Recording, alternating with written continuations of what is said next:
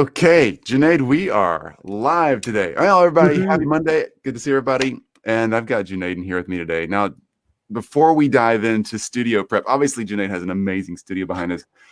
And he's somebody that's been in our masterminds for a while. And Junaid's studio like blows everybody in the group away. Just wait till you see what's actually behind this.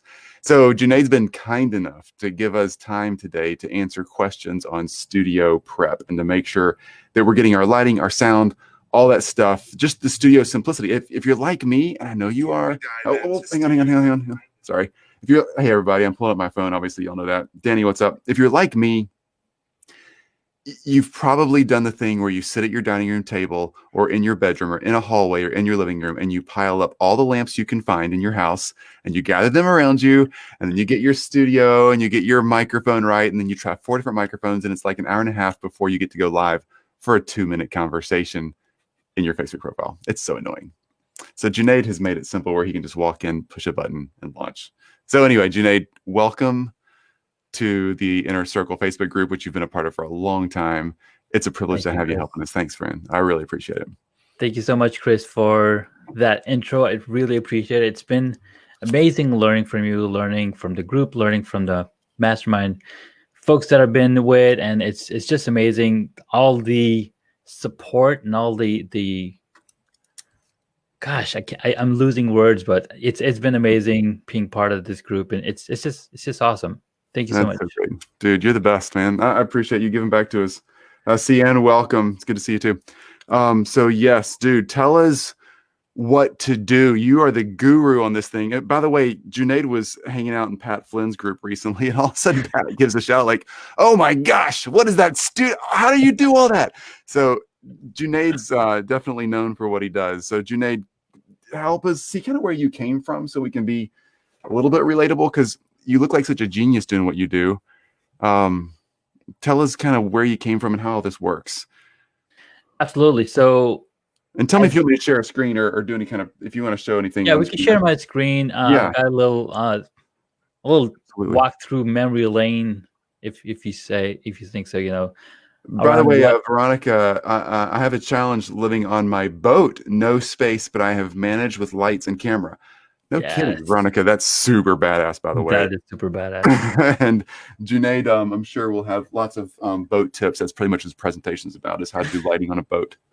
Yeah. So here's the beautiful thing about being in a boat or being in a car or being in a van, is that we don't have to prep too much because it's already personalized to who you are. So and as I go through this journey, it's around creating that environment that you can just be turning on the video and people know exactly where you're sitting, where you are, and you're comfortable with it. You know, I was not comfortable when I got started. So just to walk through this little journey, how to create.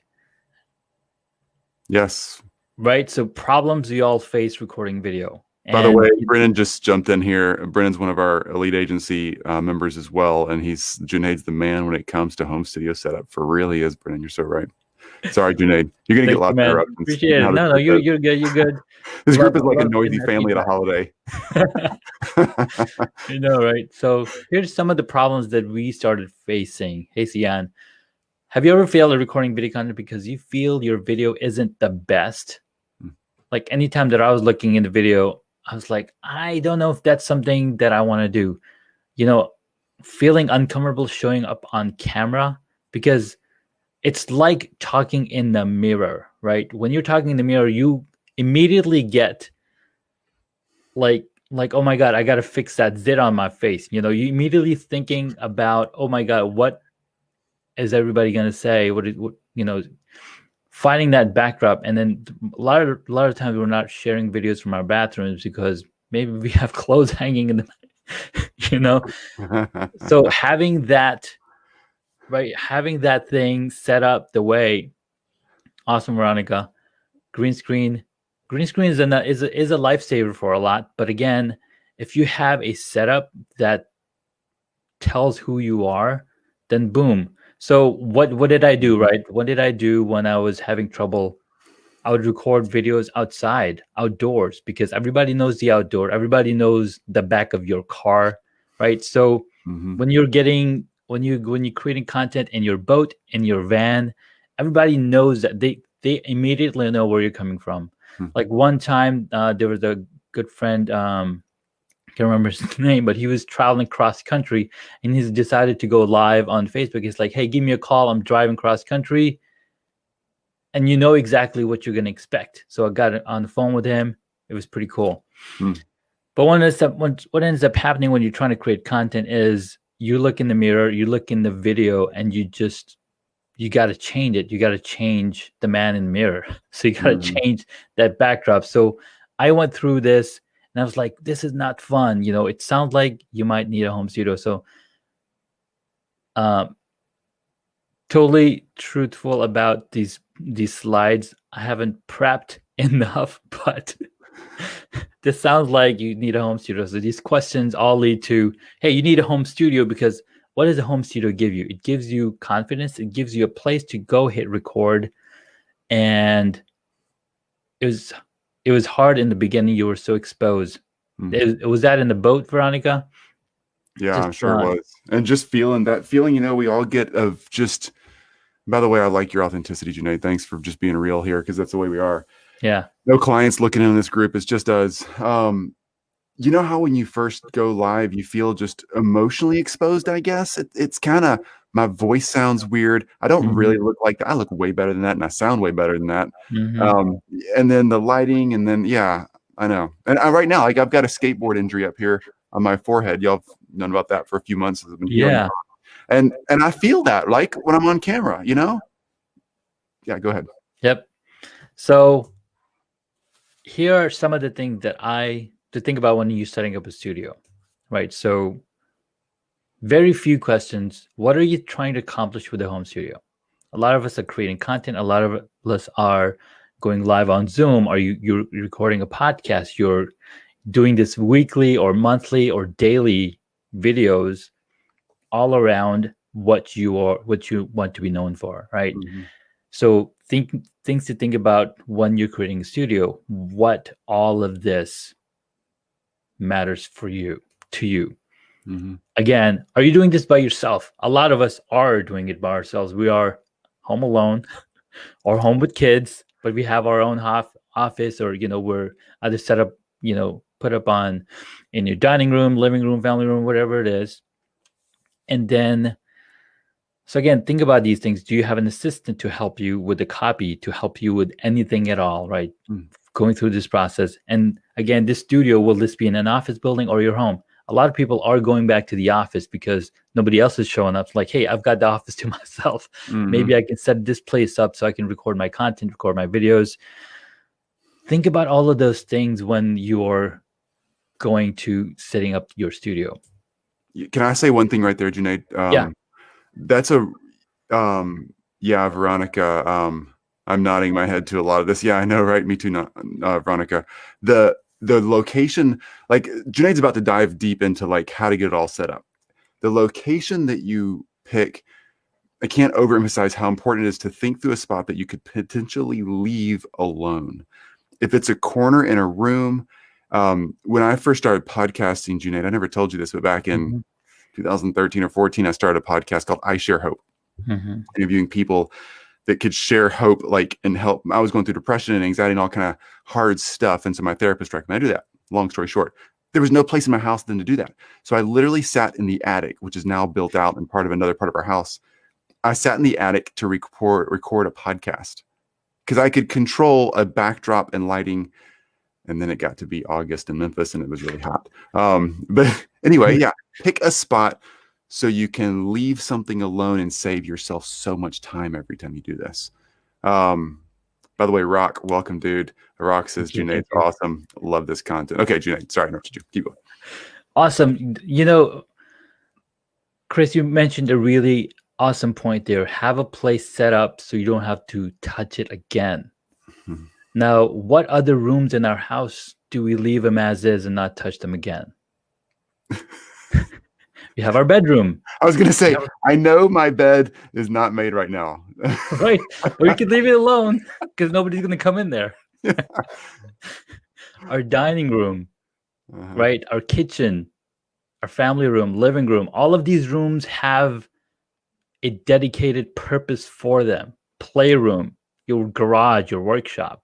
Sure, we could be using our garage for storage sometimes, or you'd be using your dining room table for storage, or when you're doing work. But these rooms are already decided on what they're going to do. And a lot of these homes, a lot of our new homes, we have office suites. Like they're like, oh, this could be a bedroom or this could be an office. Mm-hmm. So we have, think about that studio being a dedicated room. And think about it in this way, right? You're going to you spend a lot of money. We spend a ton of money on setting up our other rooms. We decorate our living room because we're going to have people come in. You're not going to, like, if somebody knocks at the door, you're not going to like, oh, let me pull out these chairs and these, pull out table so we can have a place to have dinner or sit down and play some games. No, we have these rooms set up ahead of time. So I spent a ton of time in setting up my office to be able to create content. Yes, I had an office from the beginning when I moved to this house. Like, okay, I gotta have an office space because I'm working from home. So let's walk through that journey and what it took me to figure that out.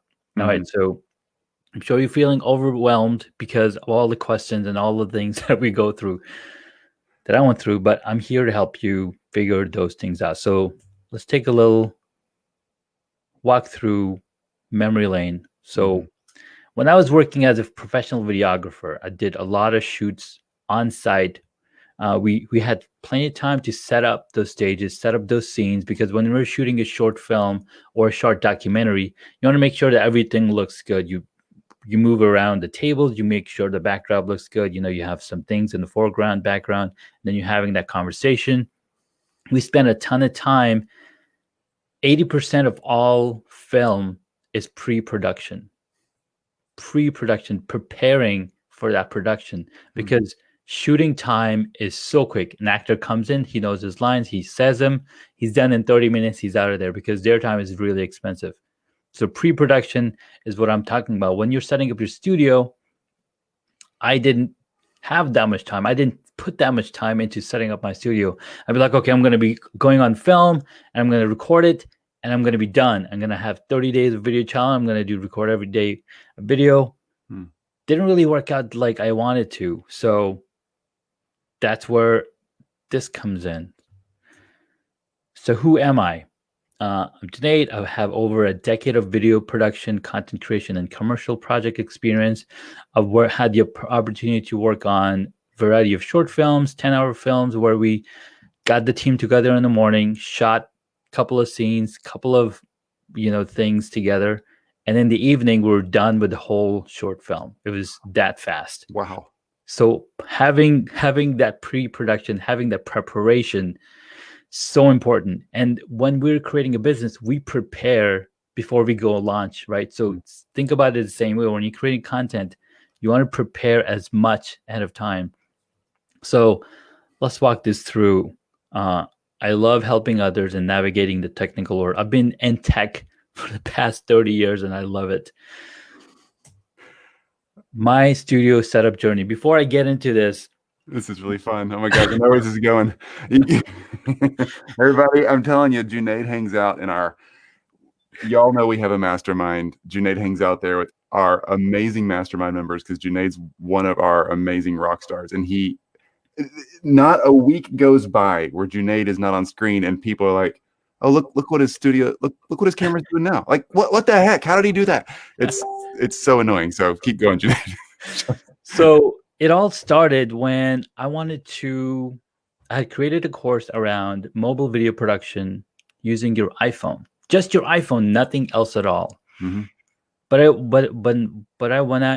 when I stood in front of a camera to record that first introduction video, all I saw was yellow walls, because that's what my room was consist of. I didn't think of to paint the room because I was like, that's too much time. I just want to be quick.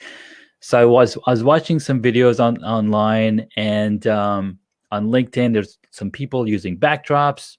Oh, Tim, thanks. Tim Thanks, says two of Tim. my favorite people, Chris and Junaid.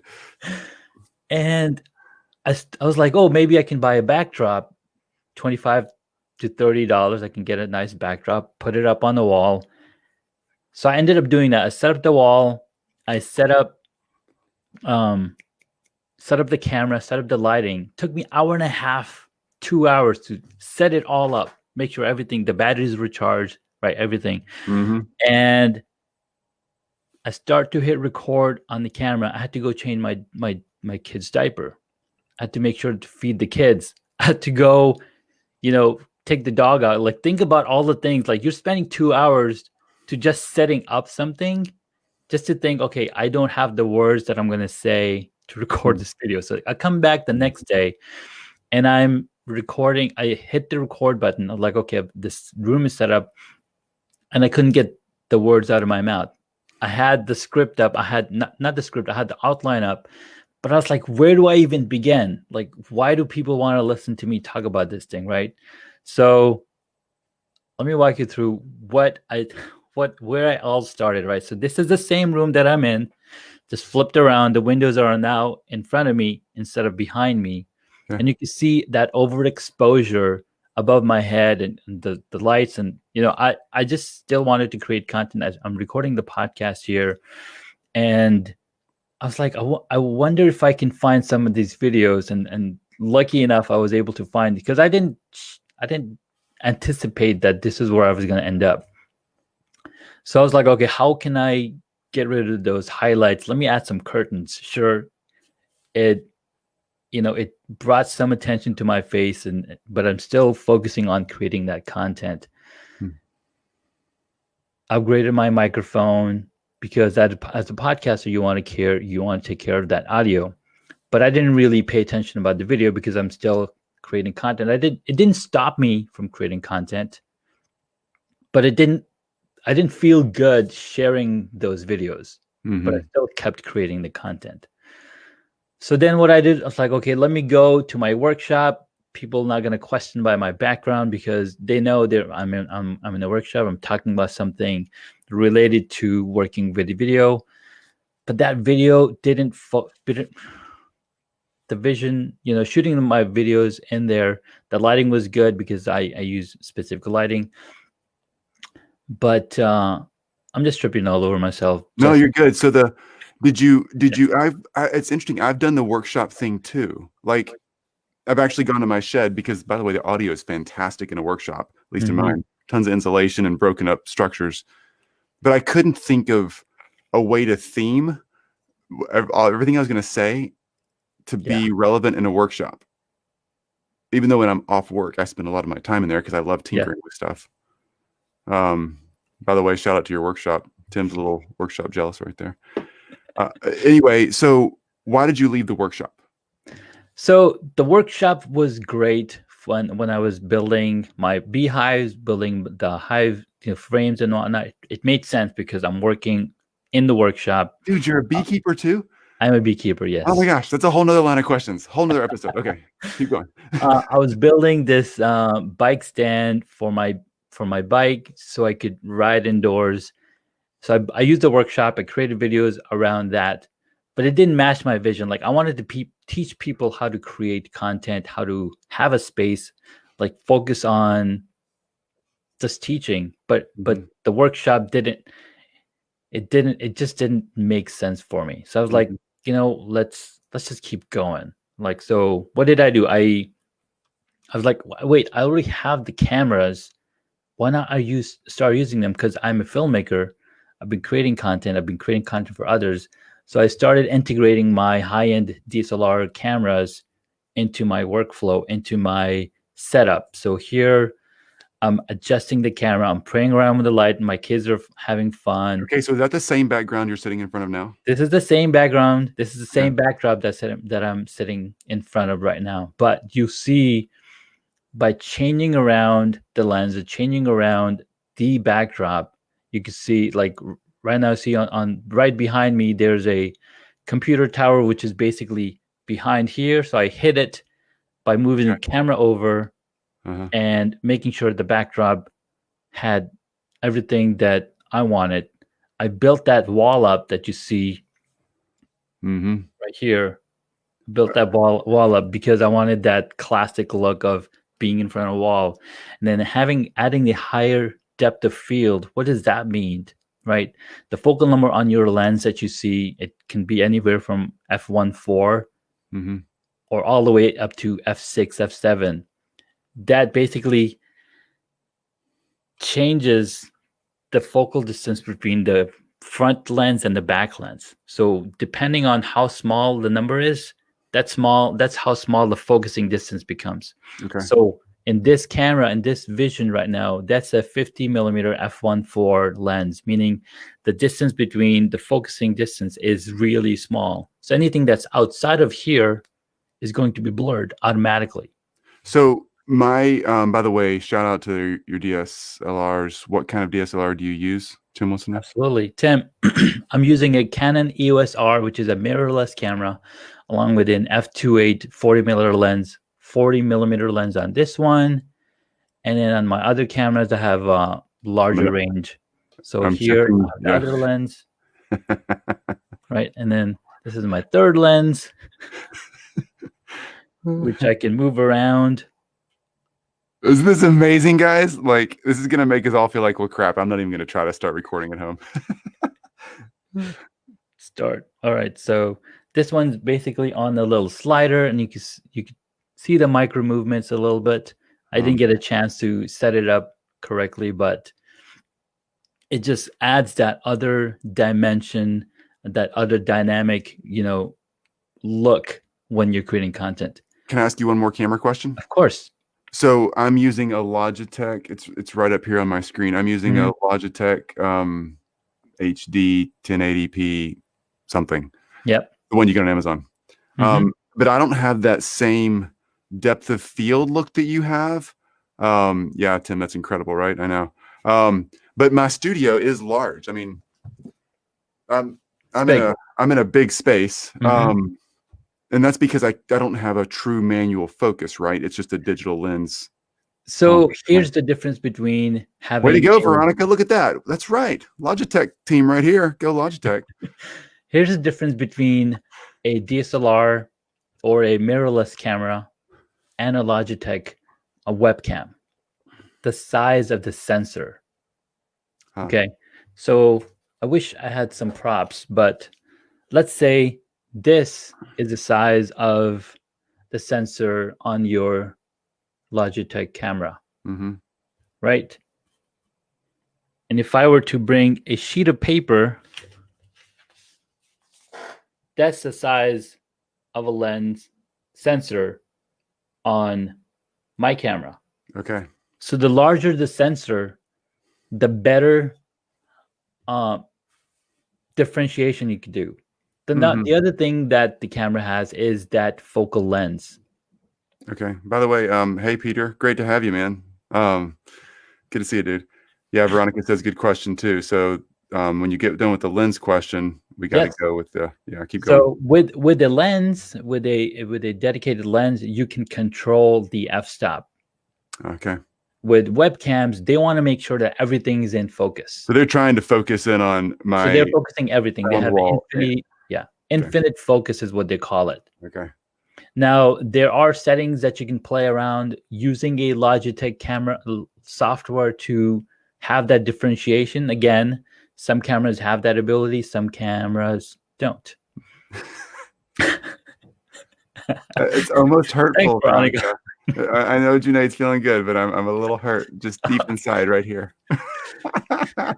All right. Over here.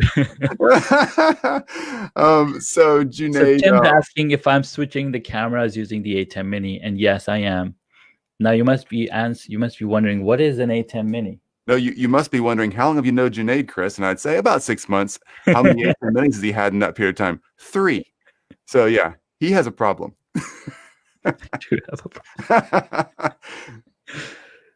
All right. So where were we going? I don't know. A10 Mini. So you're using the A10 Mini. So what is an A10 Mini, right? An A10 Mini is, first of all, the name A10. I was like, what is A10? A10 is actually a name of a Egyptian god, means they bring light, and that's just a name that they wanted to use, the Black Magic people.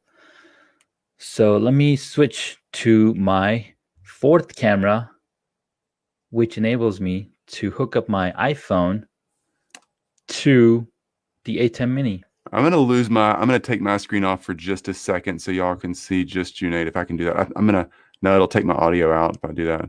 Never mind, y'all go ahead. All right, so here you can see the multi-view. I have 4 inputs right here. All right, so here's the 4 inputs, 1, 2, 3, 4, and then on the bottom layer you can see 1, 2, 3, 4 cameras. So these are the 4 different views that I can see, and I can switch between the different views just by tapping on these buttons. So it just makes the process very tactile, and I'm not clicking around inside of a software window while I'm trying to keep my eye on camera and stay with the script. Exactly. The other device that I use is the the Stream Deck, which enables me to program different things in here. So for example, if I wanted it to use it to drive my slideshow, if I want to switch cameras, if I want to throw up a little overview or a lower thirds or whatnot, it enables me to do that. So let me full screen this Stream Deck business. This is the telephoto lens, so I can change the camera and show you what this all looks like. Then here are my different cameras. Here's the camera number 1. It's right above the monitor, so it enables me to look directly at you and not at the screen whenever I'm having a call. So when I'm recording content. Can I just stop right? That one camera that's right above your screen, that's really important, guys, because the camera that's right above screen, like my camera, literally, even though mine's crappy compared to Junaid, don't go away, Junaid, with that other image. We got to keep going through your studio. But my camera hangs slightly below screen, so I can't see my entire screen. Junaid does that as well. Just you're going to see pro tips when people are really connecting well on camera. They're looking at camera. So the more you can put your Zoom window, the person you're talking to or selling to, right underneath or right behind that camera, the more they'll feel connected to you. So yeah. All right, keep going, Junaid. Thanks, Tim. So that's my main camera number 1. Then I got camera number 2 over here, giving that side perspective. And there's that yellow wall that I was talking about underneath the black and red. Then I've got this third camera on the slider, so it can go back and forth, and it has the ability to move top and bottom. So those are my 4 cameras. It's so cool. All right, so let's talk. Am I getting out of order if I start diving into go back to your slides real quick? Let's just. Sure. So I'm just going to quickly go through. So I added that depth of field, being able to separate you as a subject, so people focus on you.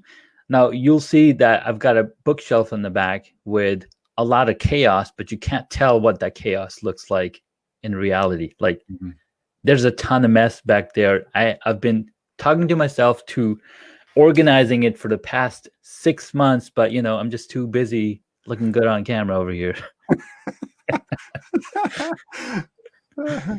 So here's some other angles. I kept playing with lighting and camera framing until I found the perfect blend. So here the room is a little darker. The backdrop still doesn't look the right way that I wanted it to look. And then here. Yeah, Veronica, good. Glad we answered that question Awesome. for you. Perfect. Yeah. So here I replaced the background cabinets with proper bookshelves. You can see that printer that's in that corner that eventually goes away. I'm playing around with all those things. Like the printer's now gone, and here's the final look that ends the video. Yeah, dude, your lighting, everything's amazing. I mean, it's like you're on a movie set. It's truly amazing. Veronica says, okay, that's not going to happen in my boat. My office turns into a salon, lounge, TV room after 5. Yeah, for real. But Veronica, you keep the boat thing, I think, is so unique. It's so memorable. Like nobody is ever gonna be disappointed with that. I think that's such a great talking point. I really do. Veronica, here's something really awesome that you can actually use that boat to drive subscribership on your YouTube channel. So I'm part of a group, YouTube for Bosses by, what's her name? Sunny Lenarduzzi. And she talks about this. There's this one user, one YouTuber. She started her channel and it was very focused. She is traveling cross country. She has a pet snake and she's traveling in a van. All right. Yeah. Pet snake, a van, a lady, all solo. She went from 0 to 2 million subscribers within 4 or 6 weeks. No way. Yeah. Because it was so unique. That was her real life. Very focused, very unique, very her. Right. Yeah.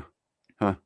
Yeah, CN, you never realize what your office looks like from across the desk until you shoot a pepper. That's really true. Really true. Great to experience it too. Okay, so Junaid, let's get into the weeds here. Can I ask you lighting questions? Absolutely. That's a big struggle for a lot of us. We can buy a cheap, even for me. By the way, Rock mentioned Rock says, Chris, you need what I have, a Sony A5100. Love it and affordable. Rock, I will look into that. I'm definitely not geeky enough to figure out a DSL. Is it DSL? Well, DSLR are the older models. It basically means a digital single lens reflector. Okay. But the new cameras that you want, that the one Rock is mentioning, A5100, is a mirrorless camera. So it's a mirrorless, meaning it's like a sensor with a lens in front of it, similar to an iPhone. It's very simple, no moving parts. But it gets it done. Okay. By the way, come on, Veronica. You don't need a pet snake, though. That was just an idea. An iguana or a snake. Take your pick. Take a pick. Gotta be a reptile. All right. So yeah, I'll check out that camera. If it will that give me more depth of field? The one Rock's using? It will give you depth of field. So you would get the camera body, and then you would add a lens in front of it, probably a 40 millimeter lens. Okay. That will then control how much view. So the reason I'm using a 40 millimeter lens is I don't want people seeing that side of the room. So let me give you a really quick look of what that's going to look like if I had a different lens on the camera. Let's see. So I'm going to switch over to my iPhone, and you'll see that this is a much wider angle lens. I have the camera closer to me, but if I put it the same place where my old camera was, you'll see that I can see more of my background. More of the background than you want to see. More of the back that I don't want people to see. I just want them to focus on this, that little square, right? Yeah. So that's what the lens does.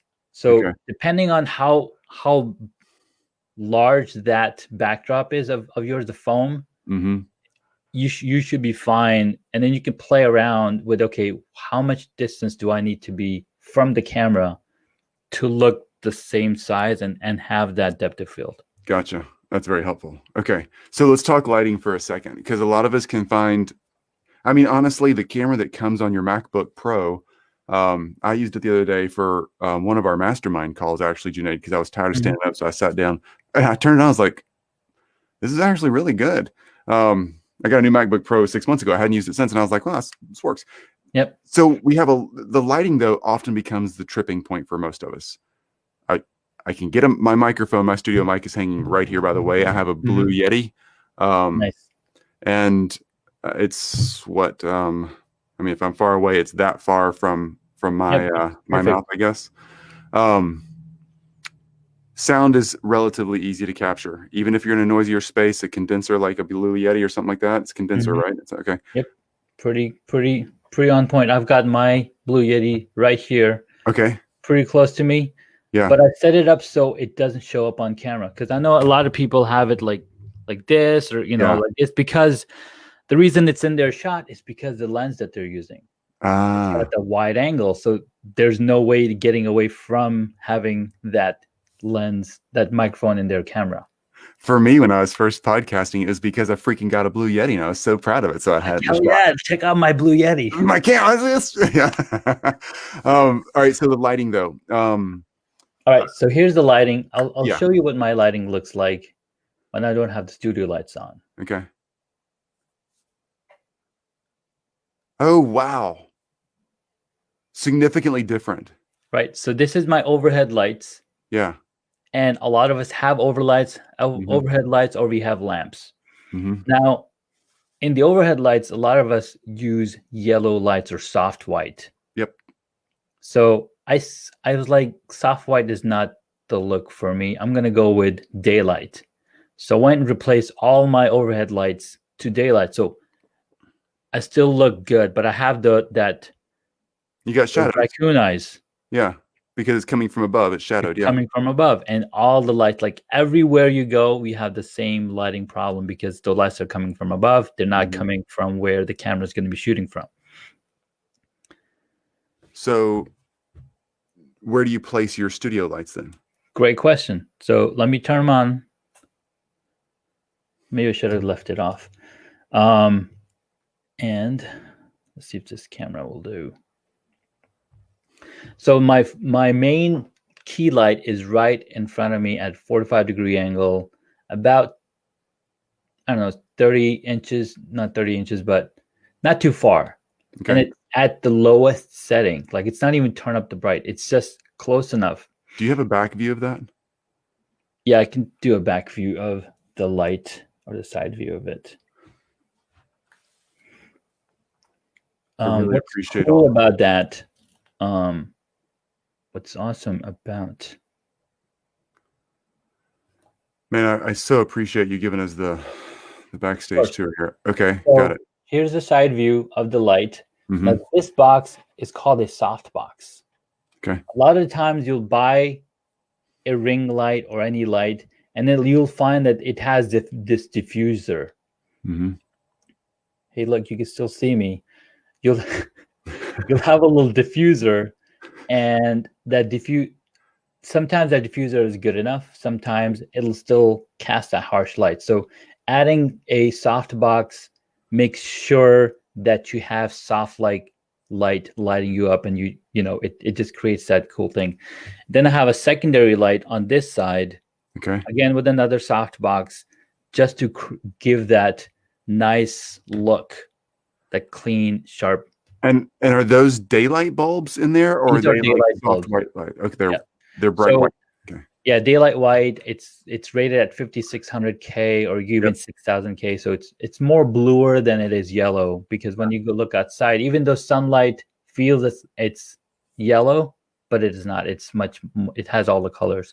Okay. And you can buy these kind of lights from anywhere: Home Depot, Lowe's, Just get online. the daylight version, not the soft white like I put in the lamps next to the couch. Okay. Yes. All right, I mean, cool. soft lights are great when you just want to relax. You want to just want to chill. But when you want to create video, you want to make sure that you have the truest white light that you can find.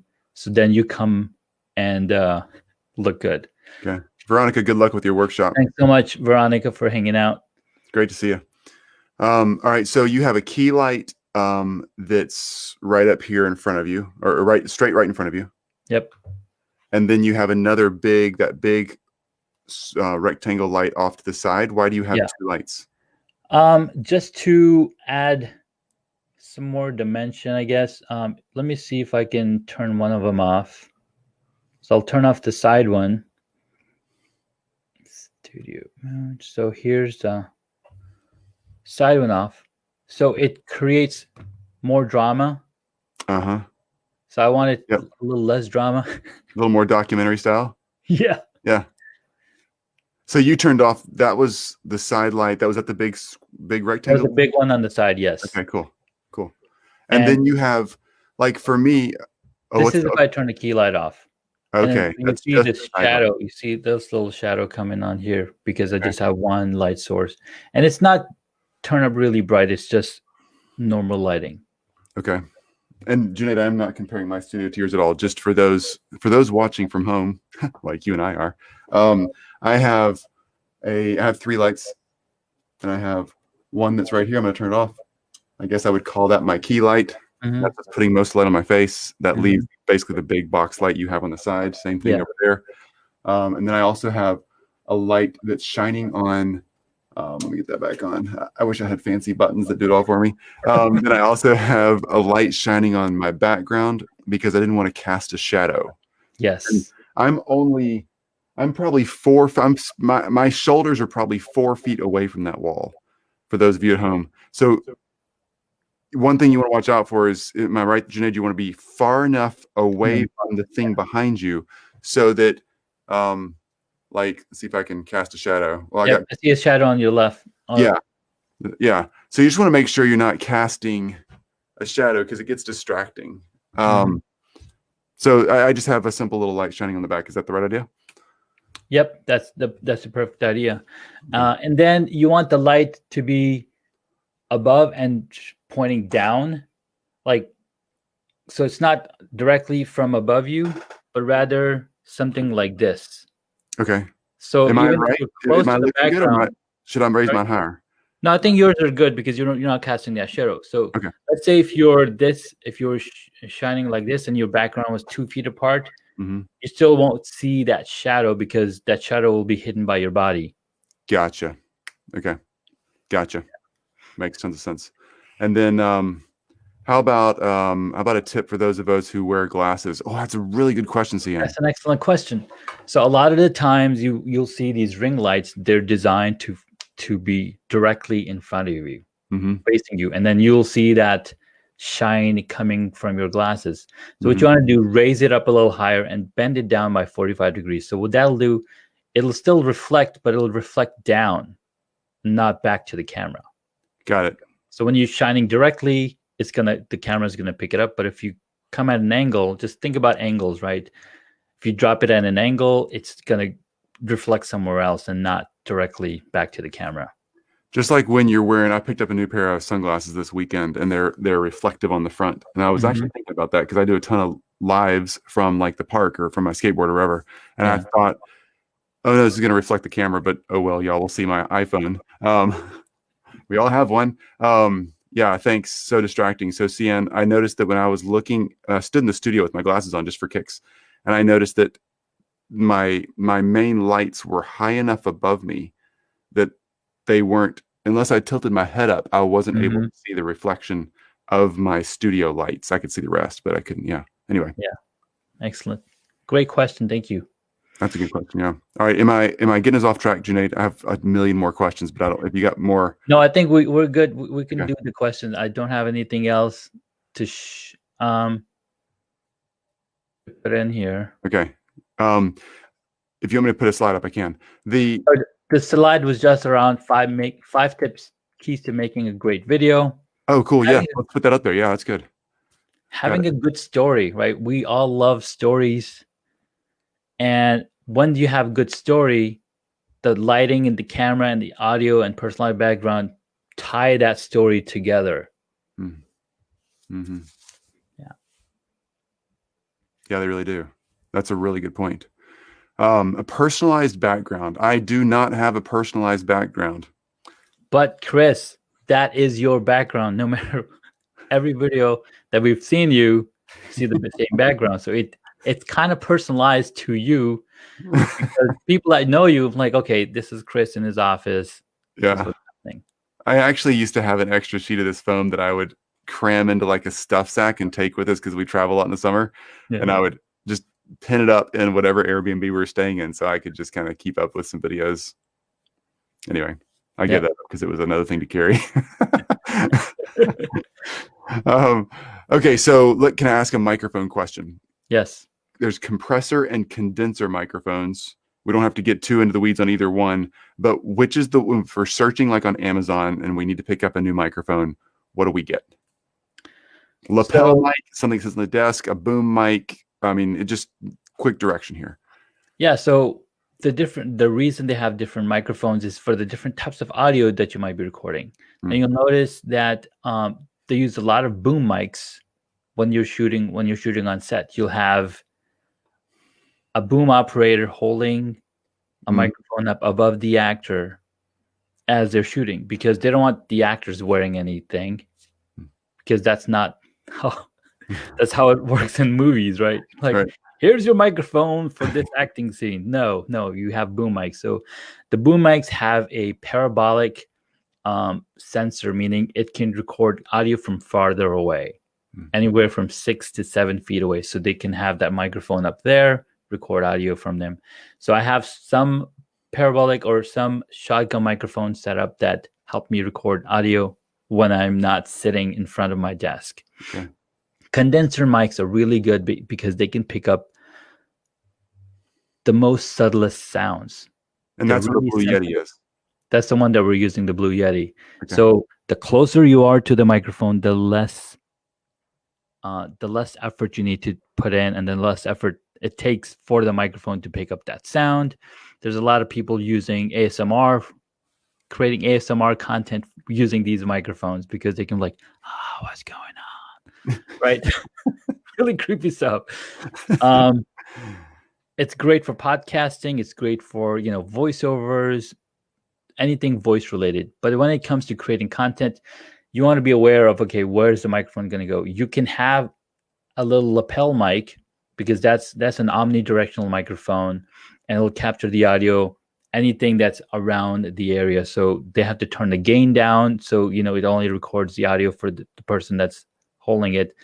I made a huge mistake of putting 2 lapel mics, and we're sitting like really close to each other, and the gain was turned up really high, and the audio was like so horrible. I was like, I can't use any of that. You're hearing echo a little, yeah.